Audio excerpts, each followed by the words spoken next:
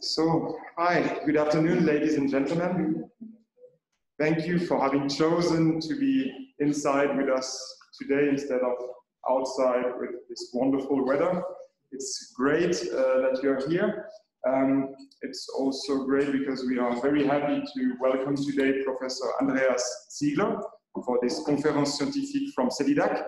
Professor Ziegler is a full professor of law of international economic law here at the University of Lausanne. He has taught here since 2002. He holds a law degree, doctorate and habilitation treaties from the University of St. Gallen. He also holds an LLM from the European University Institute from Florence.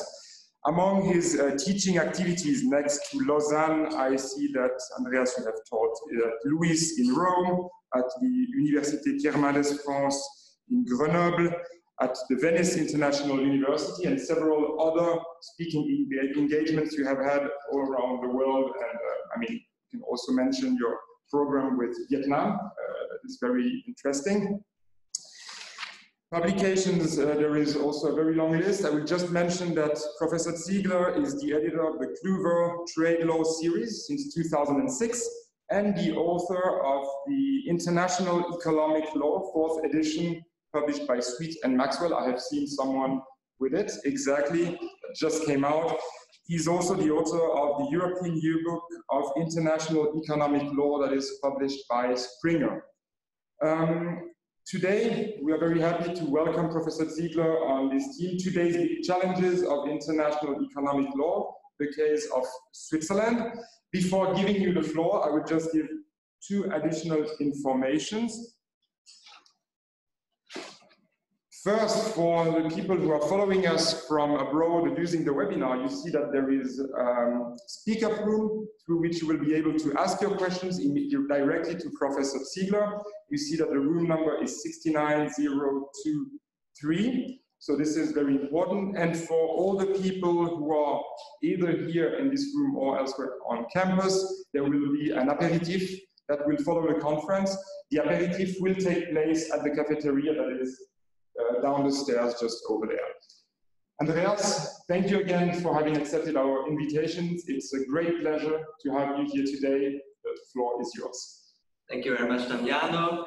Thank you very much for this great introduction. Because in a way, of course, I'm at home here. I've known this room for a long time, but I'm seldom introduced in such a nice way, and I'm seldom hosted by a sister institution, well, our CEDIDAC here in the building. And so, of course, this is also an opportunity for me. Thanks to all of you who are here today. And most of you I know, many have been or are in my classes. So I'm trying to do this afternoon something that at the same time should be interesting for you, irrespective of whether you know very much about international economic law, whether you know very much about this specific problems of Switzerland. But also for those online, I welcome those people who attend now in these COVID periods through Zoom. I have my presentation that is basically, after a short introduction, I thought it's a scientific conference. And so I took the liberty to maybe take in the beginning slightly some distance from the everyday problems. Because we will see, or you know, many of us, you see every day in the newspapers and on the news, there is now this discussion. Basically, the world is in crisis, international economic law is in crisis, the international society is in crisis. And so then, of course, you try to deal every day with these problems, and sometimes you forget a bit the bigger picture. Because if we talk about challenges, we must know what do we measure it against, what would be the ultimate goal. And I tried then to, on this background, on this theoretical underpinning, to look at, basically, of course, at the global problems in international law, because most of them affect Switzerland. It's not a coincidence, of course. It's an open economy, we know, where we have a long tradition and we heavily depend on access to foreign markets. So basically, there is few sectors or few institutions that would not be relevant for Switzerland. And then I have a short outlook.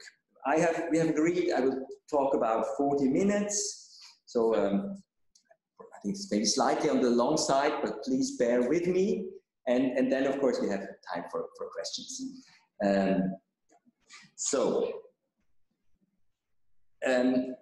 Of course, I was thinking, well, why talk about these general issues in these times when everybody is thinking about something else? No, I look at you, some with the masks, and one is immediately reminded of the major problem that most people fight with now every day.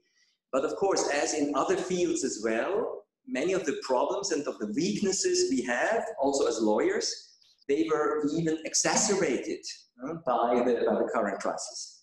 So if you look what happened, how did governments react? How did sometimes companies react?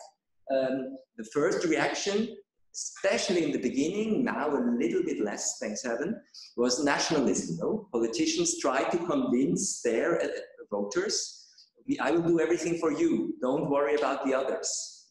Of course, totally leaving out the issue that we are not living on an island, as many books are entitled, but it's all interconnected. The virus doesn't stop. That is, of course, a problem we have had in international economic relations for a long time. Protectionism. There were moves where one thought, okay, but is this really necessary? Is this now really scientific uncertainty? Or is it maybe rather that somebody tries to abuse the situation? Also something we know, of course, in international economic law. You find a good reason to do something that you think is politically useful for you, but not necessarily beneficial for the society as a whole, maybe not even your own population. Maybe you protect a specific group that is important for you as a politician. Therefore, political discrimination. With whom do you take which measures? Is it always scientifically based? Is it relevant, or is it maybe also again useful to be used as a weapon against certain trading partners or certain groups? Abuse of these economic measures for other purposes. So we saw, of course, there were limitations of exports. No, for example, masks. You say nothing can leave the country. We use everything. Maybe at the point where this was not necessary and where somebody else would have had more need of them, risking, of course, that then the others are going to reciprocate. And then when they have more masks than you, they don't give you any. Against people, of course, we had people who are no longer allowed to travel. This may, in certain cases, of course, be very useful, but here again, sometimes it was maybe used against certain countries to favor certain sectors. I'm not criticizing if somebody says, well, help our tourism industry. That's not bad in itself, but when you make it basically impossible to use the service providers in other countries, it's a beggar thy neighbor policy. You basically try to make your neighbors or other countries to pay for the problems, and in the end, nobody really benefits. National security, we have heard, all of a sudden everything is national security. Now health issues and the protection of the health of people is fine, but I've seen many people commentated here and said this is probably not justified. Is it health or not? And the most important thing from a systemic point of view, and I think there are many, including myself, are particularly disappointed also here in Europe, is a lack of coordination and cooperation. In the meantime, most governments have admitted we were in shock, we had to do something, but it showed that they had not done the homework. There had not been enough preparation. Now, it's not only to blame politicians in certain fields. If we take Europe, for example, it's something one had not foreseen, it's something one had not wanted, and where then one said, maybe now it would have been useful. Institutions, the World Health Organization being terribly criticized. I'm not really able to totally assess what they did, but I had the impression that sometimes this was also a good opportunity to bash the organizations. And many people said the problem is maybe rather that it's not strong enough. That you should make it stronger and not even weaken it by kind of withdrawing. A lack of guarantees, individual rights and remedies. So there were many situations where we identified this problem and people said, but there's nothing I can do. That we are now, measures have been introduced where even the normal procedures in administrative law are no longer applicable because governments and the authorities justify this with an extraordinary situation, which is, of course, is always dangerous, also in other fields, if you take away these legal instruments that we usually have. Now, if I had put away the COVID, basically would have here a list of general problems in international law since at least 200 years. So that is why I thought, in a way, that is certainly a link to what we currently do. So let's think about what is international economic law supposed to do. I mean, it can do many things, and these days you have usually a very broad approach. One aspect is to increase welfare. No? You want common rules so that together you cooperate and you are better off. That's not always so easy to achieve. As I told some of my students also this morning, but there is a potential to do it if you do it right. You want to create economies of scale and specialization. That's the underlying idea of trade. And that is not only true for goods, the masks that we need because they're not produced everywhere, the vaccines that hopefully will be produced can maybe not be produced everywhere because it's can be slightly complicated. You need knowledge. So we share knowledge, we specialize, and the exchange of goods, ideas, people, services, that should help us to increase welfare. We want to lower transaction costs. No? We want to avoid the unnecessary cost, duplication of controls, administrative procedures that have really no purpose, that are only costly but that don't have sense. Economic efficiency, economists would call it, but as a lawyer you also have usually no reason to justify something that is unnecessary. Right? So is a measure necessary or not? Does it have an objective and reach it or not? Create predictability. That's also usually something that's very important in law. We want something so that people can plan. In this situation, of course, there were limitations on that. I was telling a colleague this morning, no, it's true, the situation is constantly changing, we have to adapt, but at least with regard to certain things, you try to make it at least transparent so that people know what to expect, even taking into account that there may be at a certain point a high degree of lack of predictability. And the rule of law. There's no justification, of course, even in these times, not to do that. You may need measures that are slightly more flexible. You may give the authorities slightly more discretion, but it's not unlimited. And also remedies. No? People must be entitled to, if they think that something is going wrong, that the rule of law is not followed, they must have some way to challenge it. These are very basic concepts of the rule of law and of democracy that are also applicable in these times. And these are some problems that we also have in international economic law. Now, when we say challenges, you don't have only these general challenges that we always had. We're trying to get better rules that fulfill what I just said. But of course, today, a lot of people, if you ask them, so what are the real challenges? They would say, yeah, it's what goes beyond trade or economic cooperation, changes the world. It has an influence on society at large, has an influence on the environment, climate change. It has an influence on human rights, or the specific labor rights in specific settings.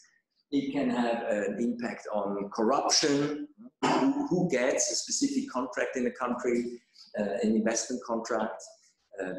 Does that lead the availability of funds and rich investors? Does that lead to more corruption?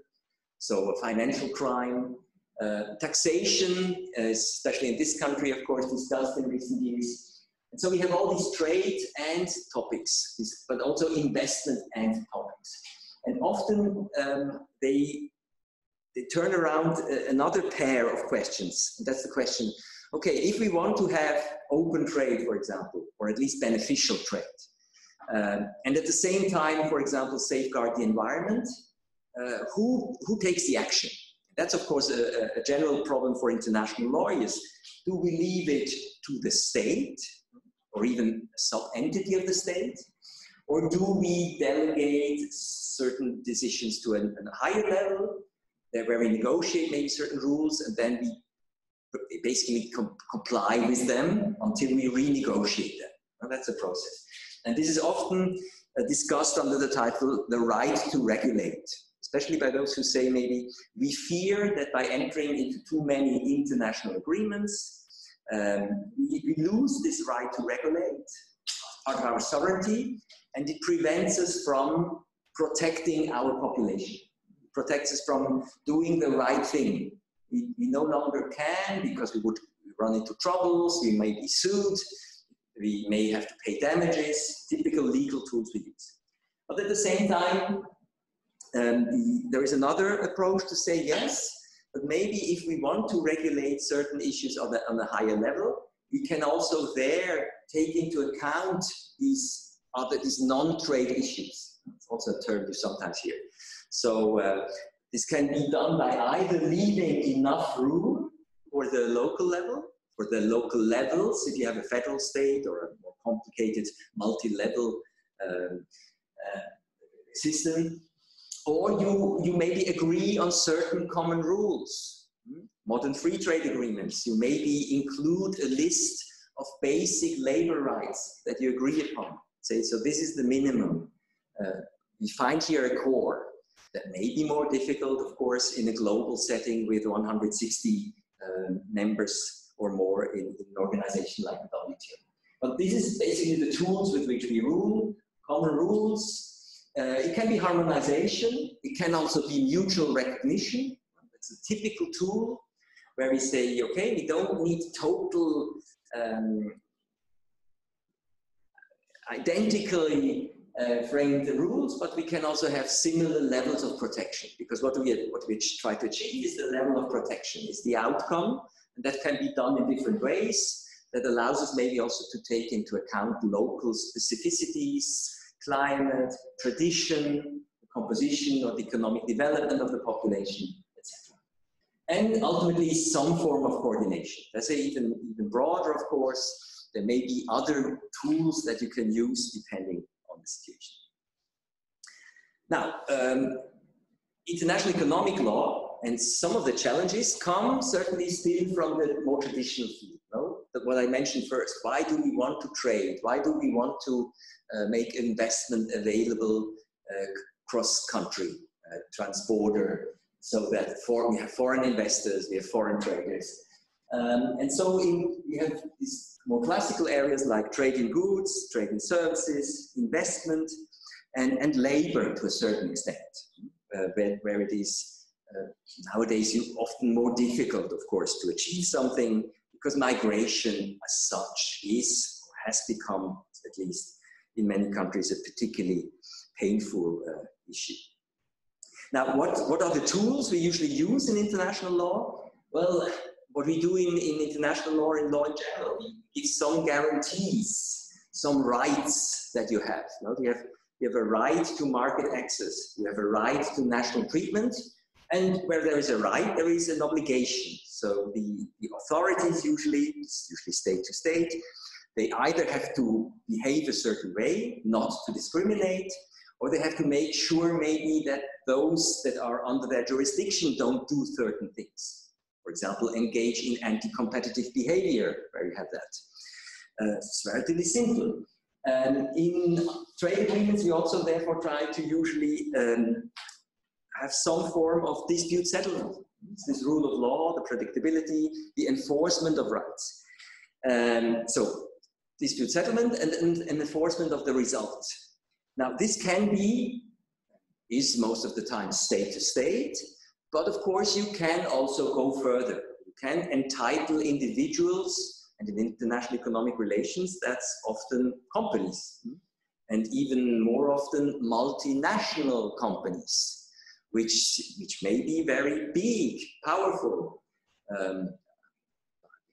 Continental Tires is an old producer of tires. They have 240,000 employees. So that's bigger than some small countries, of course. And they also have a turnover. This is certainly also true for the big new companies in information technology, where we of course see figures when we look at their share capital that are tremendous, that are much beyond the national domestic product of many countries.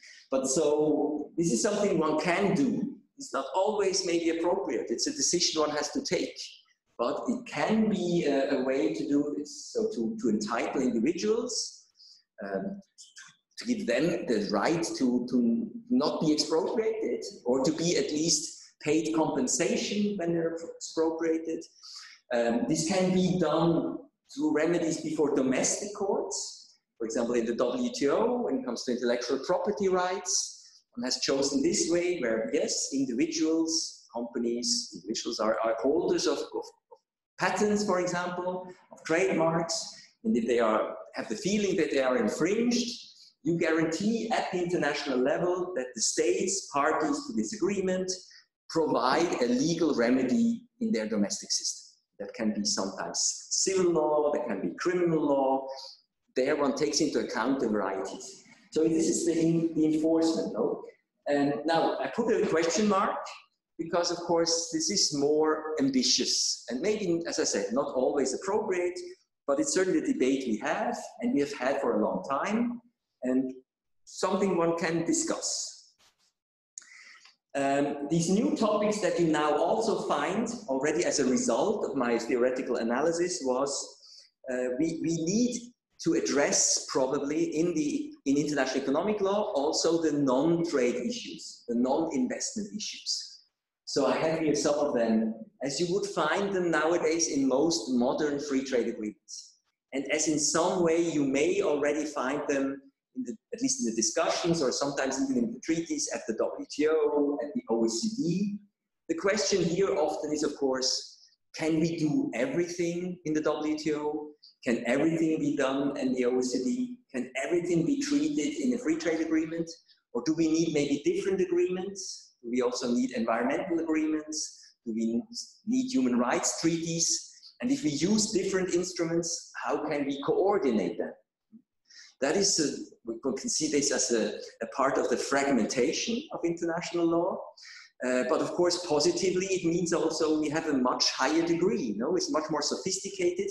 And hopefully for the complexities of the modern world, this, in theory at least, this would allow us to find better, more specific solutions.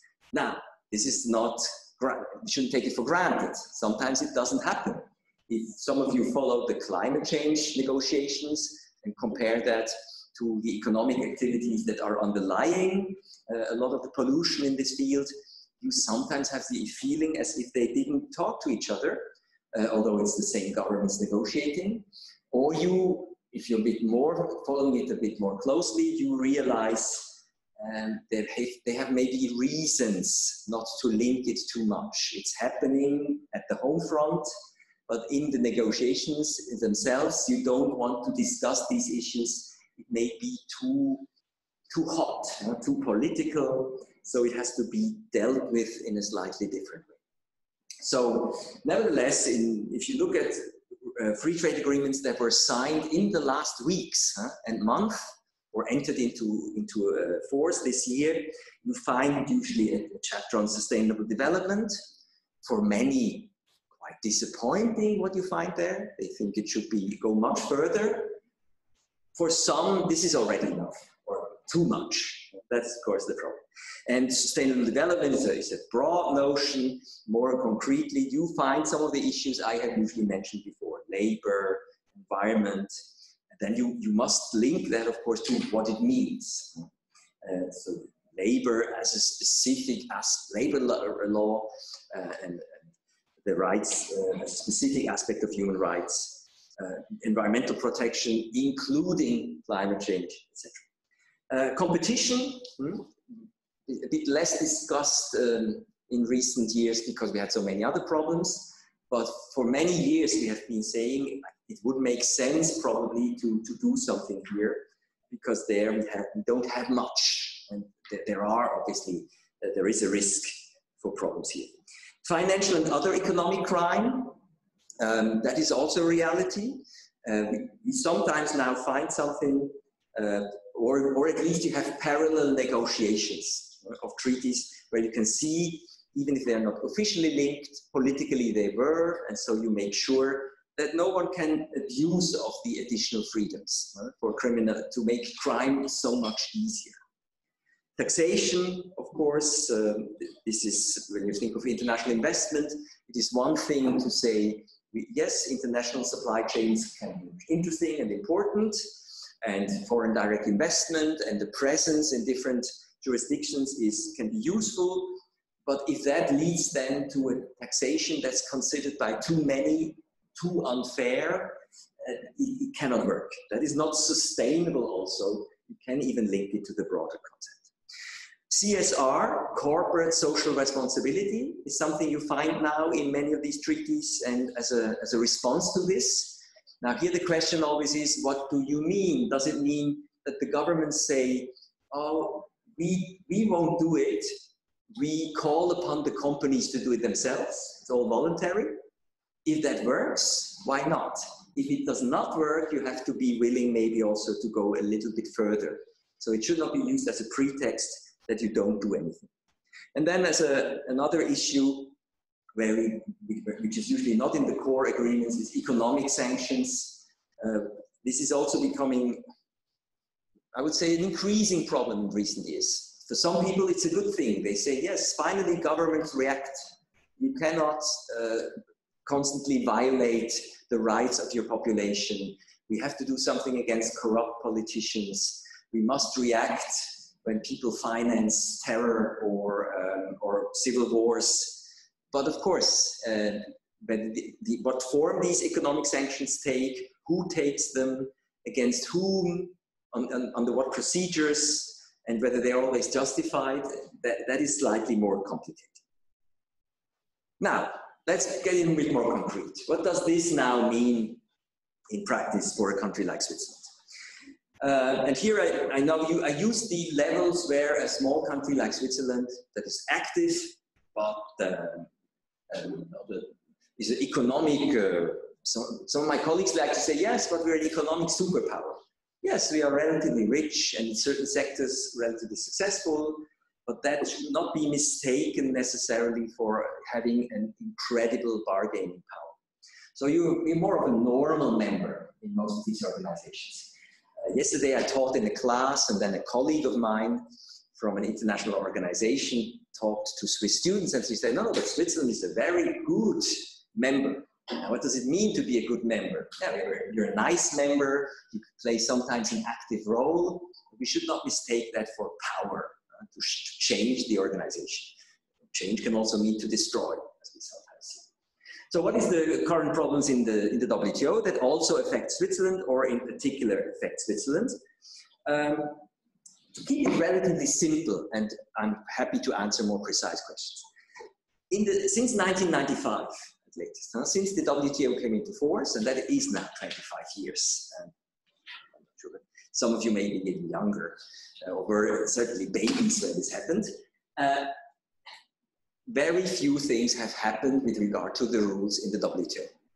There have been some developments, and of course, they are welcome where there were some, but on the large picture has been, maybe first one said, okay, we have achieved so much, we need now time to digest it, but at latest since the launch of the Doha round, 2001, there were certainly expectations to do more, to do better, and this has not really happened.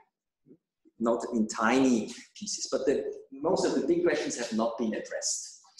Now, even worse, in recent times, not only under Corona, but already in the years before, there was, of course, a tendency to go beyond by either no longer respecting the rules. Now, that is a general problem for lawyers. You can always violate the rules, but I would say there has been a tendency by certain countries, of course, to go very far, to do things to blatantly violate the law, where everybody was quite sure that this was not necessary, but that it was power play.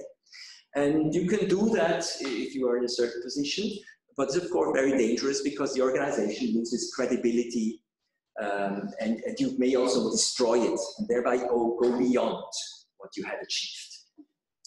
This is to give you four more concrete examples. Some countries have invoked national security, you know, but in a way where they said, whenever I invoke national security, I can do what I want.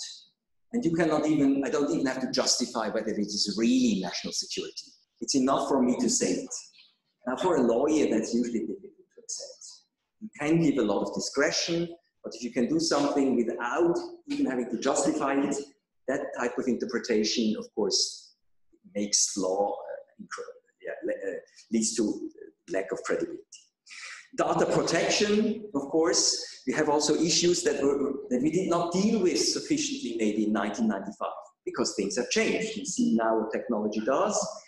And then you can use that, of course, to say, yes, the existing rules are no longer good. That may be even fair. You say, okay, we have to adapt them. There are new problems. But you can, of course, then again abuse it. You can go so far to say, oh, these countries, we don't trust them at all. We would not work with any of their suppliers. That's one thing. But then to tell them, and by the way, but we still like the service, can you sell it to our own investors? Is that really, does that make perfect economic sense, or is it a type of nationalism or protectionism? Dispute settlement. That's probably the thing most lawyers talk about today. They say, because that is something that was visible in recent years. So not only are the rules no longer respected, also the system in place has been at least mutilated by not allowing the appellate body to function. You take away a very important element. Now, one can discuss that. Some people would say, maybe we should never have introduced it. It was a mistake. We made mistakes, so then we can do it better. Many people, however, would say, no, it's actually quite a good system. It needs maybe some reform, but that you can only achieve through new negotiations. So here again, this is more of a kind of power play that shows the parties that ultimately this is not about the rule of law. That's, of course, very frustrating. So I would say everybody agrees there is a need for some reform, but right now I would say there is even more need for revival, even to be willing to negotiate. Now with regard to Switzerland, what does it mean? The Swiss government here has no major power. No, it can talk to members, and it does so, like others, basically saying, no, we think it's a useful organization, it needs reform, but we should, in a constructive way, go forward. And this is, we don't see it happen yet. I mean, there's always hope. Just before coming down, I saw there is a tiny field of agriculture. They say, oh, we want to deliver in 2021. But of course, it's also very difficult to deliver even on a small question, if the whole organization is losing its credibility. Why would you be willing to do that if you don't get something out of it? Where you think, okay, there will also other fields that we can tackle. Another organization at the multilateral level where Switzerland is active is the OECD. And many of the issues I raised as maybe also newer issues or old issues in a new form are dealt with at the OECD. So it's a smaller club. One can argue, is this the right forum? At the same time, the OECD of today is no longer the OECD of 40 years ago. So now it goes much beyond. It usually talks to the major stakeholders in the field. And so India, China, Brazil, all these countries, depending also on the field, are usually involved. So if you talk about financial services, banking centers, you would try to involve, of course, Singapore and Dubai. So this is, of course, maybe also for the general public then sometimes a bit complicated to understand. Okay, it's done in the framework of the OECD, but it deals with all these non-members. There is a certain flexibility. So that is not, makes it simply more difficult maybe to understand. Now for Switzerland, what's the challenge? Yeah, we have seen political pressure to go into certain directions that Switzerland was maybe not particularly favorable. They were not particularly favorable for Switzerland. The major example was certainly banking secrecy or financial integrity, as we usually call it. Now, at the same time, even in this country, if I say Switzerland was not as a whole in favor of it, there were huge parts of the population who said maybe the current situation isn't ideal either. So something has to be done here. We understand why we need a new solution. And so at some points, the Swiss government changed its views, and said, okay, it seems we cannot maintain the situation as it was. Let's now work towards a new solution. This is happening at this time. Of course, we don't know whether it will be a good solution or a perfect solution. That's the risk. But at least there is debate and there is movement. This, I think, is positive. Now, on the domestic level, sometimes this is, of course, difficult to sell. No? How can you say, okay, we've been resisting for such a long time and now we can no longer resist? We were basically urged, pressured into accepting something. Well, unfortunately, that's a reality of life. Huh? How was that possible? A lot of people did not understand. Why can they blacklist us? Isn't that illegal? Then you say, no, but this is why we have no commitments. So in those fields, there's a reason why countries did not enter into commitments. They said, we don't want to give away these options. So we can exclude you, for example, from our banking market if we don't think you play according to the rules. That's why we never promised you in the first place free access. And so that is a totally normal situation. Now, what is also more difficult for a lot of non-lawyers to understand, sometimes even for lawyers, it's true it's an organization that was not particularly famous for its transparency. That was also sometimes perceived as an advantage. You could find deals and were more flexible, you didn't lose your face. Now all of a sudden, of course, here situations were provoked where people say, yeah, it's only soft law, it's recommendations. But it's true, if you don't follow the recommendations, you can no longer play with us. So is it then hard law? And so we have, for example, here in Switzerland, and that's why I insist so much on this, huge outcry, no, this is terrible, maybe you should leave this organization. Well, if you leave the organization, you can no longer play with them either. So it's, that's not, there can be a solution, but it has also a price.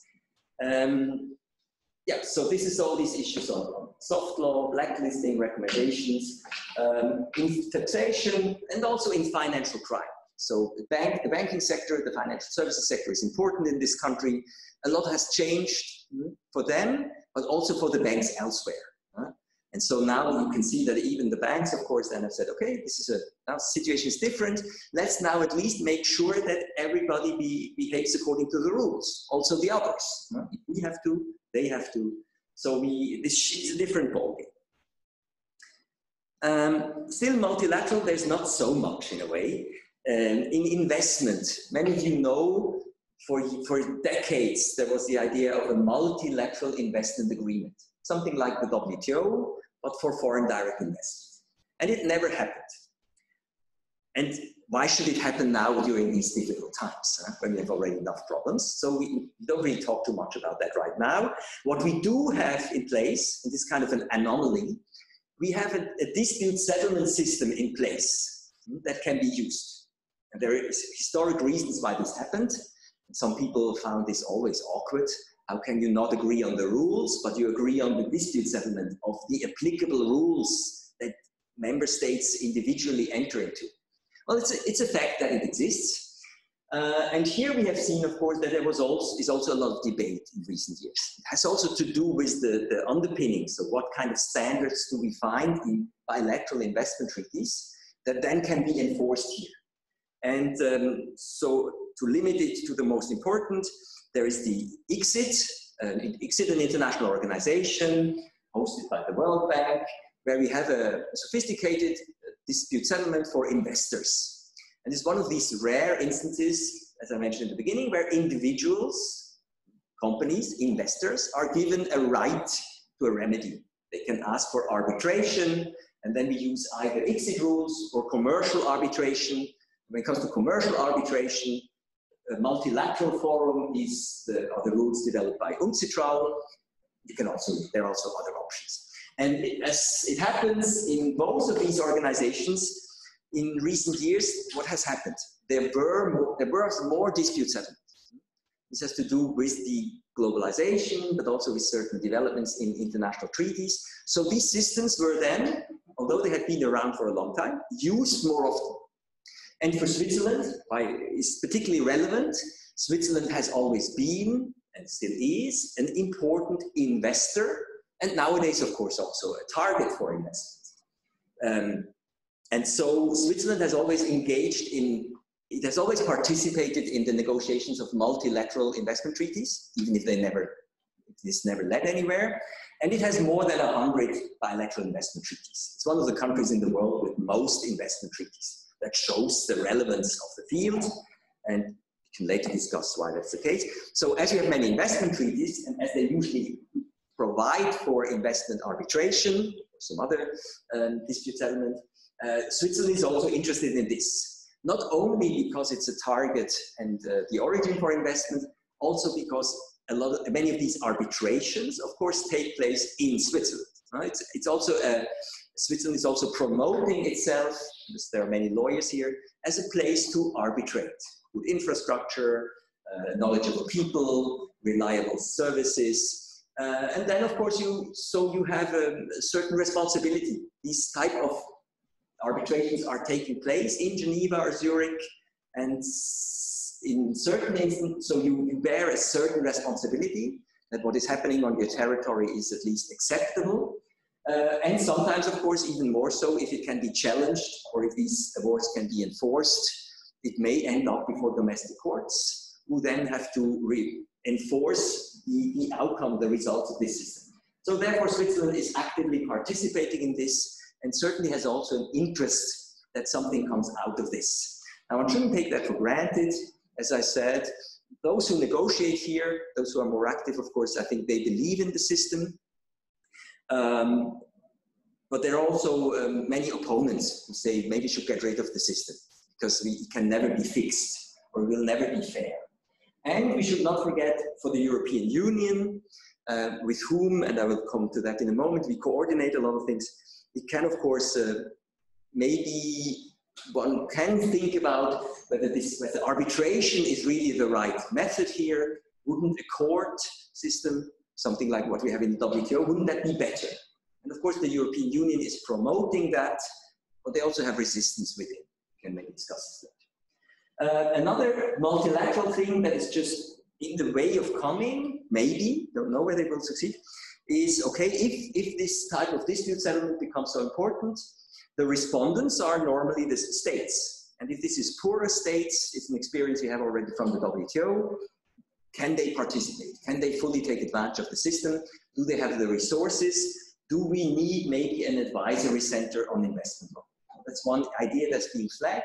It would probably, if it takes the form of the thing we have at the WTO, it would be an international organization where some countries have to finance it and participate. And so that is something that Switzerland, for the reasons I wrote, could also be interested in. Now, on the bilateral level, so because on the multilateral level it's relatively reduced what we can do, especially at the WTO, more is happening at the bilateral level. And so not to make it too long, I will soon stop. For us, the major bilateral partner is the European Union. Be it because we have particularly close relations with some of our neighbors geographically, be it because we have similar interests, because we have the same region, because it's important markets. And here this is usually treated by people as, yes, the Swiss-EU bilateral relations. But of course, they are, at the same time, of course, our most important economic relations. So how could one not mention that? And there we have some of the problems I raised at the beginning: predictability, rule of law, the coordination. How can that take place? Well, the European Union has proposed a framework agreement.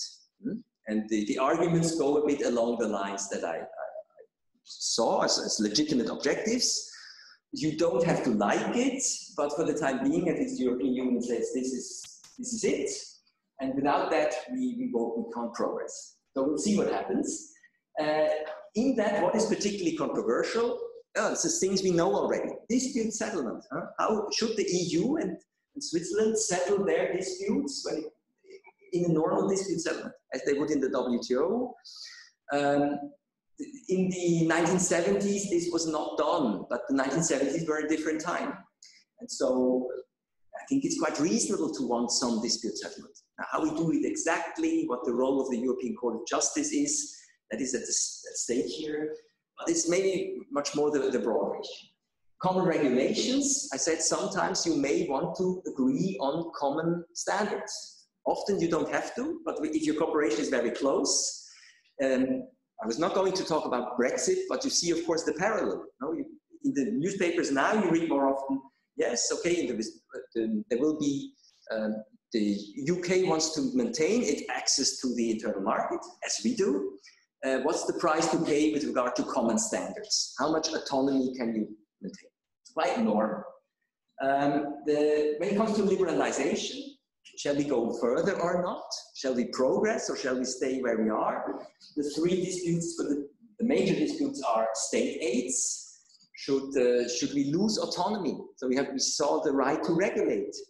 Does it make sense that when you say, okay, we open our markets, but then we want fair competition, competition in the European sense, which includes also the measures taken by governments in the form of state aids? Probably yes. In the WTO, we also say we probably need more rules on state aid. It's a bit underdeveloped. But of course, certain regions here, certain sectors think they might lose something. Detached workers and migrant workers, that's also very much at stake here. It's not under that title, because most people don't see the economic ramifications. It's salary dumping and the Citizens Directive. But that is ultimately a part of this integration. How far shall we go? Shall we go further? And in which fields shall we go further? Now, Switzerland also wants to go further in certain fields. They would say, let's not negotiate state aids, let's negotiate energy.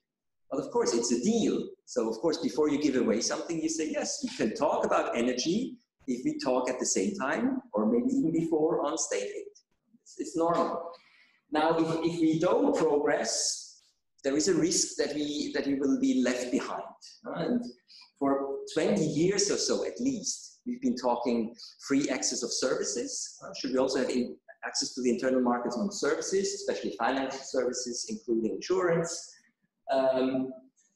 There, of course, the question is maybe, depends on what price we have to pay. Do we find a common solution? But it's certainly, that makes us vulnerable. No? If you don't have guaranteed access, it may also be taken away. And Switzerland experienced this recently when it came to the approval of our stock exchange regulation. That was just a signal, what could happen. And it's legitimate, you use what you have. Other bilateral policies, so it's not only the EU, our agreements with third states. Now this is also a consequence of the fact that we are not EU members. We need to negotiate our own agreements with Japan, with Indonesia, with Mercosur. Now this can be a chance. I've been negotiating these agreements myself for a while. So of course you always hope we will get a better deal. We are flexible, we are small, we get a better deal. Ultimately, in the short run, you may have the impression you get a better deal, but is it really so good? The other side, this is in this case usually the European Union, the United States, they're intelligent enough to understand that, and they will make sure they can also get that. And they have slightly more leverage, something I also said at the beginning. So nowadays it's more that we have to be already happy if we get a deal as good as the others. Now we are nice, we try to be forthcoming, sometimes we manage, but of course now we also have a lot of domestic issues. So far I was only talking state to state, but also at the domestic level, and that links to the new issues. I said trade is not only trade, it has also an impact on society, on agriculture. So currently in Switzerland we have a discussion on palm oil, and certain parties and lobbies say we will block an agreement with Mercosur. Now you can negotiate the greatest agreement in the world. If you cannot get it through parliament, it won't go anywhere. NGOs, environment and human rights. Can you negotiate with certain countries, or is it out of question? Now, I would say it's a legitimate question. How far can you go? Who are suitable partners? But of course, sometimes it's also a question, how can you achieve something? Is not talking to each other or not entering into any agreements, is that always the better solution than trying to do something that is not perfect, but it goes into the right way? We have other problems here as Switzerland. IP protection. We are not the only ones, but for example, because of our pharmaceutical industry, if you demand a very high level of protection here, and if you have not so much to offer on the other side, or if that is a major obstacle for the other side, this can be a deal breaker. So maybe other sectors will suffer. Migration. More and more countries will ask in the future for more access to the labor market.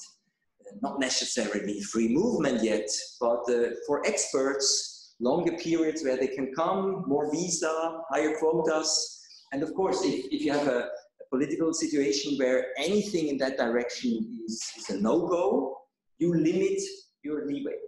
Financial services. If you have a very strong financial services sector, you can be perceived as a danger. For example, in our negotiations with India, that has been an issue. So that is a challenge to overcome these issues. This is just to illustrate it. This is the negotiations currently underway, and some of them have been going on for a very long time. So you can see it is difficult. And some of them where it says even a free trade agreement signed, but not yet ratified. And I mentioned just the one with Mercosur. The negotiations are basically completed, the government says. But of course, now we are already in the phase where there is domestic resistance, where maybe we will have to reopen the negotiations. We are not the only ones. The EU, of course, has this problem. Finally, to conclude, autonomous policy. So we have still the areas where there is not too much multilateral rules, but we have then our friends, other states doing things because they remain autonomous. And if they're big and if these markets are important for us, that has an impact. In some areas, we are also big. So maybe we are also perceived as having to do something. Here is just a few examples. I don't want to go into all the details because of the time. Domestically prohibited goods. That's an old topic. It's not too many issues, but once in a while that comes up. For example, when you produce, we in Switzerland are allowed to produce and export cigarettes that in the European Union are prohibited because they're considered so dangerous. It is considered frivolous to export them. We are slightly more liberal, if one can discuss that, but that has also a price. Pesticides, currently a topic. Security firms. Switzerland wants to play a special role in it has neutrality as an important element of its foreign policy. At the same time, we like foreign investors who create jobs and pay taxes. There may be a certain tension in certain activities. Now, we have taken certain measures, but that's certainly work in progress. Trading firms. I mentioned to my students this morning, a lot of commodities trade taking place in Switzerland, but it's a business that is risky sometimes. You may not even always realize that you make mistakes because it's not so transparent. So maybe we need more regulation here. If this is not happening in the OECD or globally, maybe we are challenged as a state to do something. Gold refineries goes into the same direction. And in general, of course, the overreaching topic here is business and human rights. How shall we regulate the environment for businesses? And to what extent can this be voluntary? Codes of conduct, corporate social responsibility I mentioned, and to what extent maybe we have to go further if we don't achieve what we want. Sanctions, I mentioned here at the very end, basically because major players are more active in the field of sanctions. And sometimes we go along, sometimes we don't. Most of the time we go along with the EU. I sometimes say we are a de facto member of the EU, but of course that can also come to an end and it has its limitations. And so maybe we have to think more about how we deal with this. It's not always totally transparent in what we do, and sometimes we try to find solutions that then may not work, that can be dangerous. So as an outlook, I would say, what's the quintessence of this? For Switzerland, the EU remains the elephant in the room. So not only our bilateral relations are of primary importance for the economy, it's also the third country agreements, where we basically have to run with the EU. And so if we don't manage to do what they do, we have a problem. And so it's also linked, of course, to our immediate neighborhood. We don't have to speak about the European Union as such all the time. It's just essentially our neighbors around us, with whom we also cooperate in other fields. When it comes to domestic regulation, I've said we may be, our sovereignty may be limited, our freedom to do things. Our neighbors have maybe certain expectations. In the multilateral system, yes, we continue to support it, and I think that's rightly so, just as the EU. So here we are basically aligned, we have similar interests. And this is the very last slide, just to underpin what I did. I could have shown this in the beginning, but maybe I thought it's even more interesting to look at it again in the end. This is our exports, trading goods, only goods, not really the full picture, but you see the EU here still 60%, and then the United States, then already even China in a way here. Of course it's an important market, of course it will grow, but for the time being, this is not to say to neglect it, but we have maybe more, we have different problems also. And in the European Union even, you see it's also, especially our immediate neighbors that are of primary importance to us. And when it comes to services, you have a similar picture. Even here, most of it goes to the European Union. The US is an important player, you cannot ignore it, but then again, others can be important. They will grow, I'm sure, hopefully also, but for the time being, that's not the immediate problem. So globally, I mentioned about the WTO and the OECD. Here, I would say the role of the US remains good. So even the European Union tries to do what it can. Switzerland, in this respect, here tries to have a similar approach, but it is not all, it's probably not enough. It's certainly not ideal. And so I would say the very last thing, of course, we will find out probably. These elections are very important. We don't know the outcome, and even if we knew the outcome, we don't know what that government would exactly do. But that remains important, and that is something we can less influence. While some of the other issues, of course, I said that is something we can influence, because we can, our parliament, our government can take measures, but must find, of course, sufficient support domestically. Thank you very much.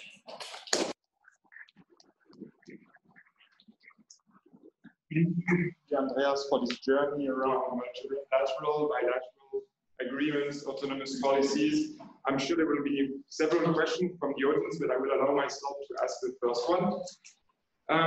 You have talked a lot about, well, this multilateral policy that now Switzerland is part of. This own multilateral framework was mostly set by, we could say, the United States of America and Europe, WTO, OECD, the UN also. Now that the US is losing slowly its dominance, its power in its organization, also because of President Trump's policy, and that, well, China is rising. How do you see the position of Switzerland evolving over time? You said that now we are nice, we are small but nice, not powerful, but we can be heard. Do you think that it's going to be the same if China's rise continues, or will the situation be more difficult to be heard? And maybe will we then have to compensate that with more bilateral agreements? I think autonomous policies will be more difficult, but yeah, how do you see the situation? Yeah, it's of course difficult to predict what will happen. But in a way, not being one of the big players, it's also easier. Even if China should be more active, it has been so in some fields, no?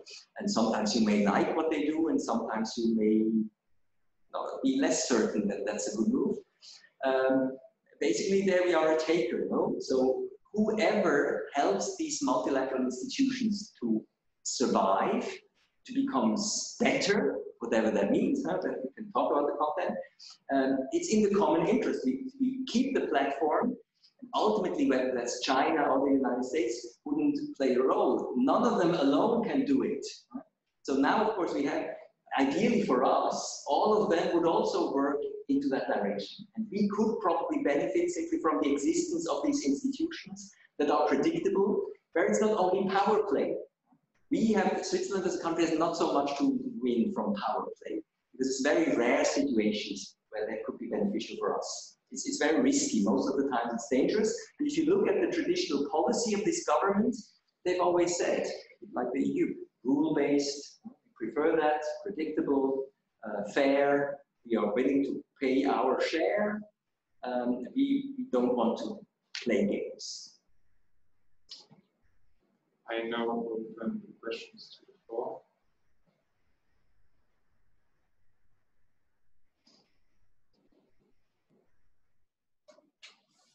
What would you say in your experience are typically the strengths of Swiss negotiators in such international negotiations? Well, so there are probably two things.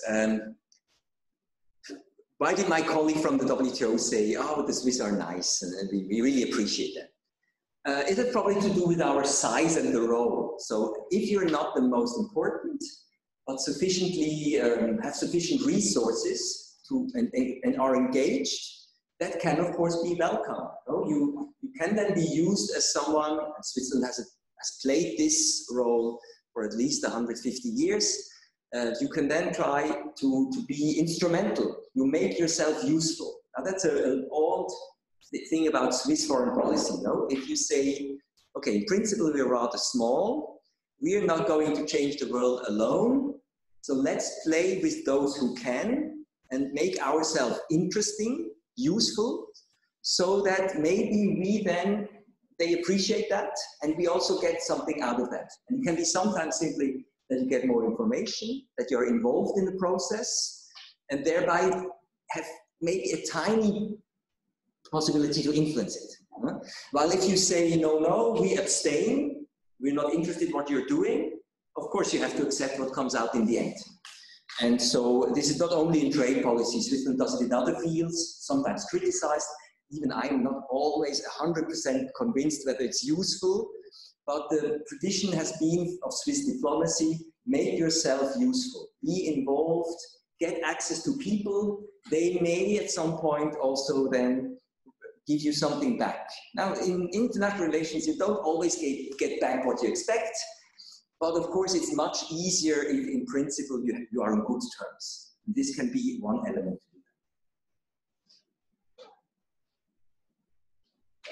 Well, in that regard, isn't a solution for Switzerland to join the EU in order to have a better bargaining power so they will be part of the negotiations with different foreign states? Of course, it's hot topics. Yeah. But I mean, I have used this theoretical approach in the beginning, and I tried also to be more than neutral on certain questions, although many of you may know my opinions. But it's irrelevant what I think. Yes, being a member of the EU has certain advantages, and it may have certain disadvantages. At the same situation, for some, certain things prevail, and that's why we are in the situation we are in. Now, I think from my presentation, of course, what became clear, what would really change, we would have less sovereignty sometimes, because we have already to align with the other European members, and once that is then decided, we are more or less bound. It's very difficult to open these packages again. Things can change, all of a sudden maybe something you can create an alliance. So even there, that's not so easy. But let's say in principle you would have, once the group has decided, you then have to go along, like all the other members. And so you can, but you are more heard in the decision making in the group. And there, of course, we have this discussion, and there again, we're not alone. Smaller members of the European Union who debate, was it better before or is it better now? No, is our voice enough heard in this common decision making? And even the European Union, that differs, of course. No? In some fields, we have different rules, so we really respect the minority. We go for almost for consensus, or we want even total unanimity. And then there are other fields where you're more often overruled. But we then say, of course, also, yeah, but sometimes you're overruled, sometimes you're not. Sometimes you are in a coalition with those states, sometimes in another. Normally, we don't have always the same rules. If that were the case, if we had always the same losers, for example, in the EU, then probably some of the member states would also say it. We have to get out. The UK has done it. There, the outcome of their domestic decision-making process was such, and we can now also follow, of course, what that gives. Now, one has also to be careful, no? While there are certain things where we can draw lessons also for Switzerland, if you then look at the UK as a whole and Switzerland, there is still enough differences that maybe not everything applies in the exact same way.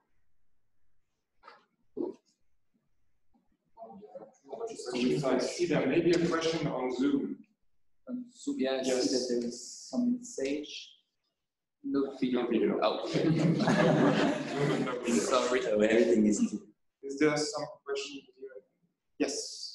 Based on the World Economic Forum report, Switzerland is now actually the first-ranked country in innovation and technology. What are the policies of Switzerland regarding the challenges of new technologies, disruptive technologies maybe, and the impact of these new inventions on Switzerland in particular? Yeah. Now, I'm not a specialist on innovation. Even I now sometimes don't understand all the technologies. But of course, here I would say our situation is not so different from most countries, or at least the countries with whom we usually compare ourselves. So it's true, the world is changing. We have to adapt to new challenges. So every country has to adapt. Now, we are in a particularly privileged situation, a relatively high welfare. We have, it's relatively peaceful, etc. So we have maybe a lot to lose. And so therefore, of course, I think it's good to think about if we want to stay as we are, what should we do? Now the rankings, of course, is the other thing. It's always a bit arbitrary. I totally agree that we are well placed. And we have, of course, sometimes if you rank bigger countries, for example, there may be regions that are more advanced, that you have others that are less. We are relatively small here. But on the whole, what we can also see, of course, yes, we have always been a country that has no resources. So we have, already one revenue, one source of wealth is out. So it has always been labor in some way and innovation. Very often this innovation coming from abroad. Ideas who came here because they thought this could be a good place to realize it. We still have this business model, but we're not the only ones. Singapore, Dubai, Silicon Valley has also this idea. In Silicon Valley, you have also people talent. You try to attract talent, you try to attract capital to create jobs that allow this wealth to continue.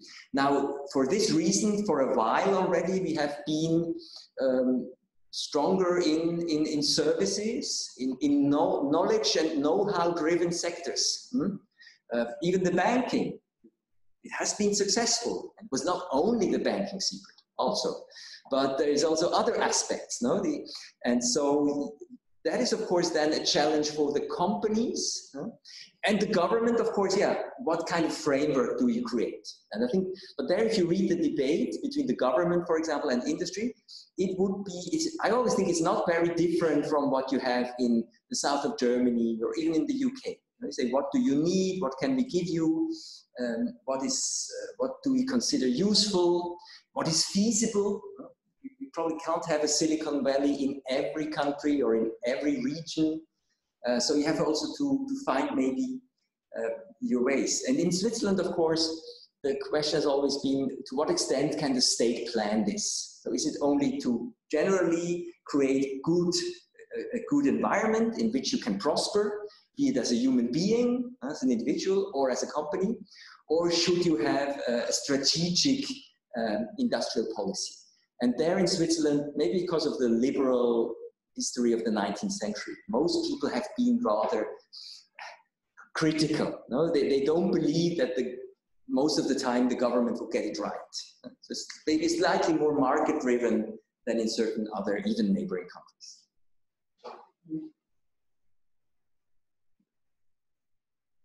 I have another question. How do you see the multilateral relations evolving after the American presidency?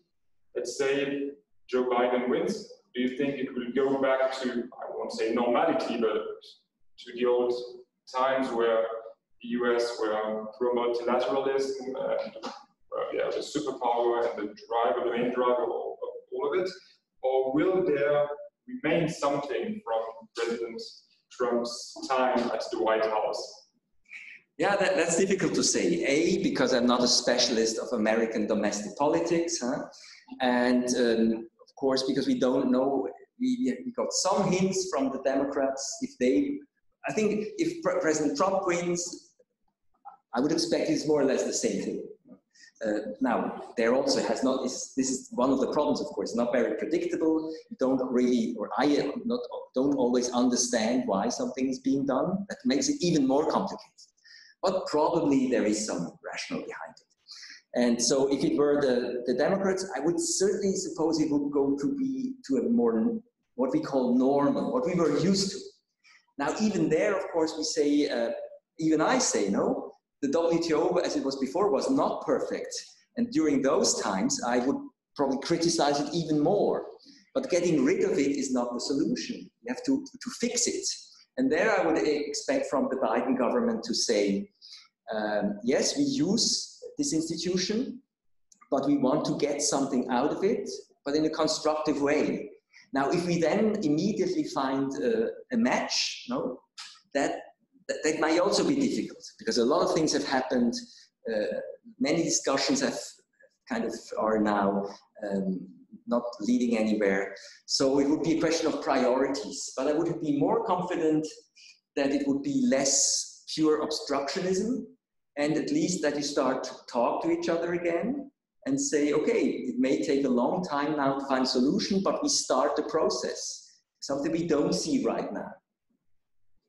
Yeah, kind of the time for new reforms, large reforms of... Yeah, at least for a more engaged discussion, and which maybe then could also convince others, no? Maybe China, or maybe even the European Union, or India would feel more comfortable to say, okay, this is now maybe our window of opportunity, we talk again.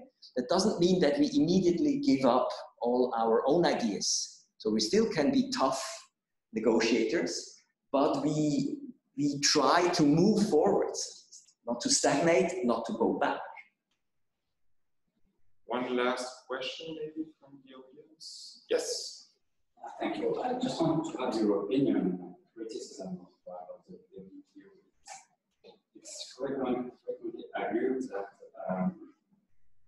the WTO is made by developed countries for developed countries, and it's not attractive for developing countries at all. For example, such a multilateral agreement like the government procurement agreement is absolutely not attractive for developing countries. So I just want to have your opinion on it. No, I would agree to the extent that history and politics have shaped what we had. It's the same happening now. And so it's rare, even in domestic law, I find it rare that I would be totally thrilled by a solution. Very often it's a compromise. And here it's right.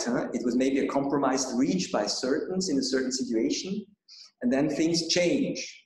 Now, nevertheless, what is interesting for the WTO, while in the old days in the GATT, most developing countries said it's absolutely not a club for us. We see absolutely no purpose in even participating.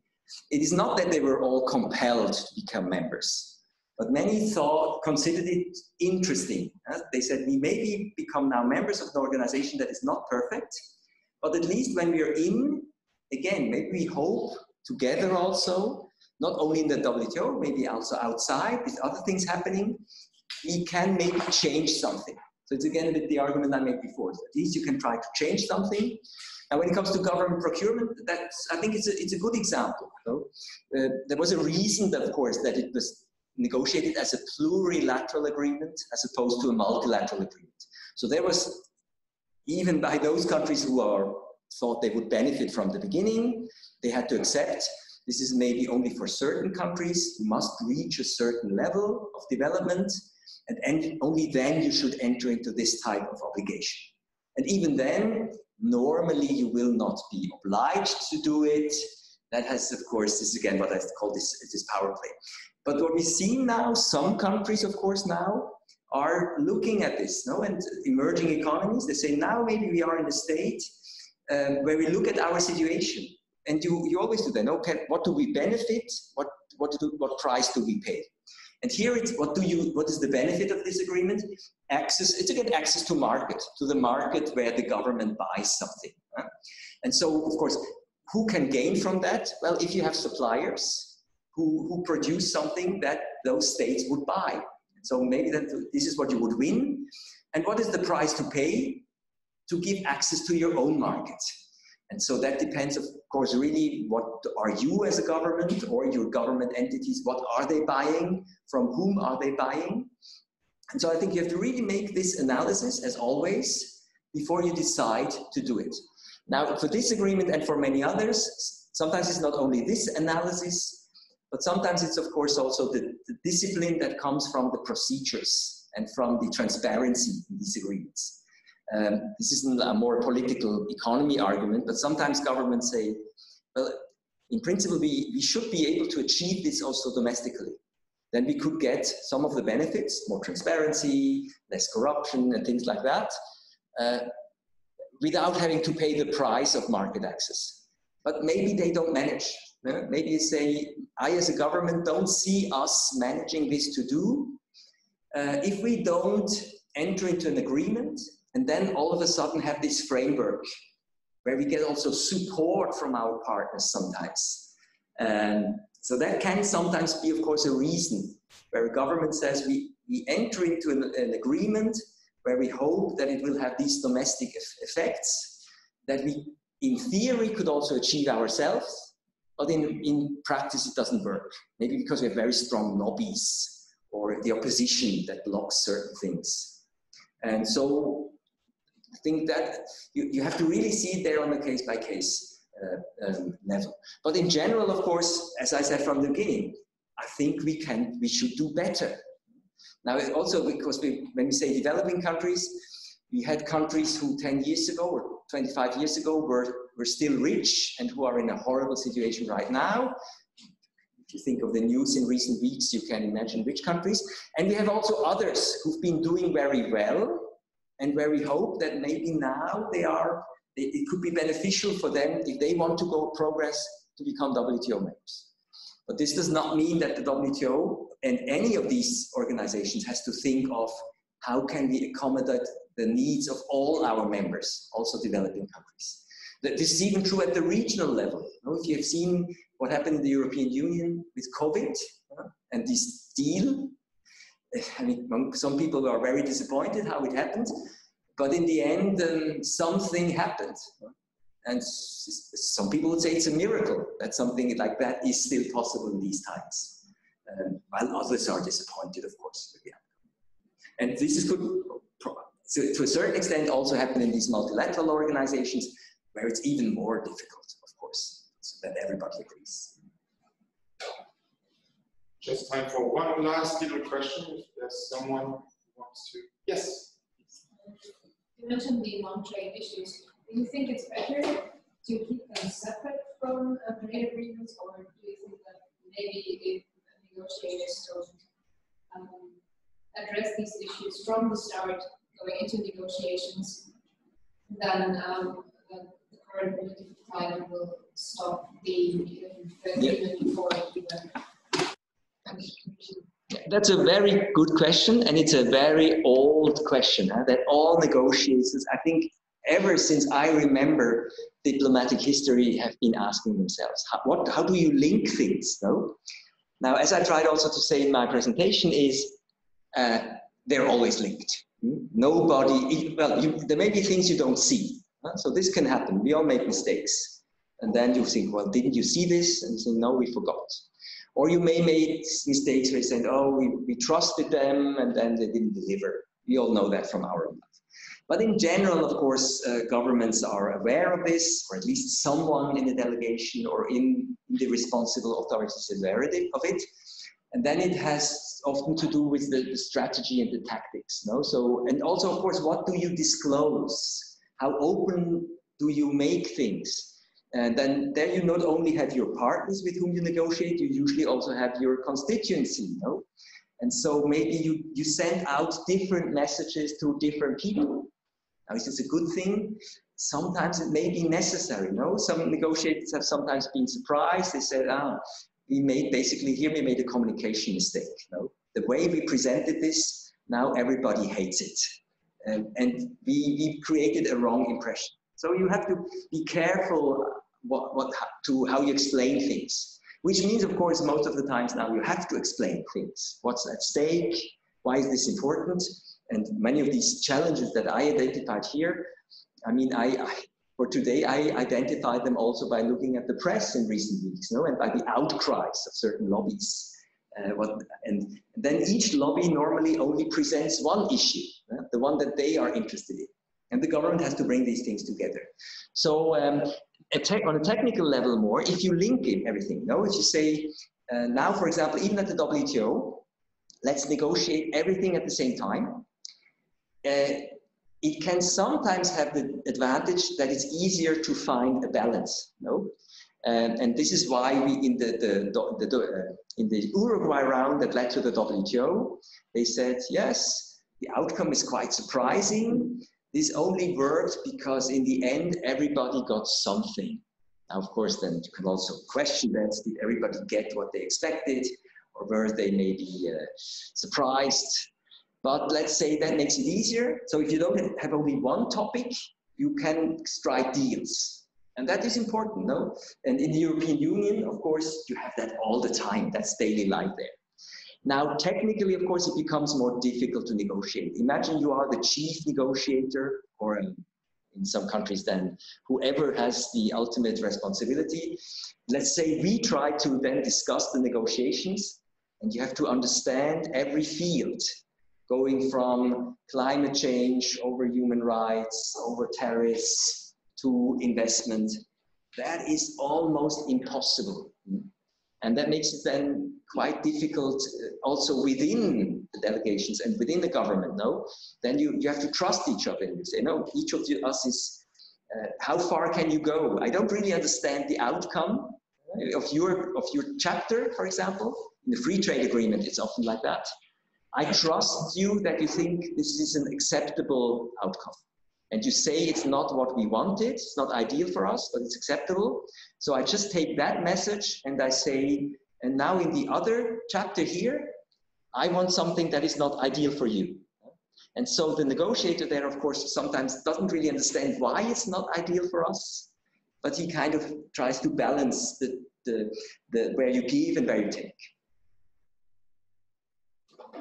So thank you very much once again, Andreas, for having accepted the invitation of CEDIDAC to be the first conference speaker in the Conference Academic series post-COVID times.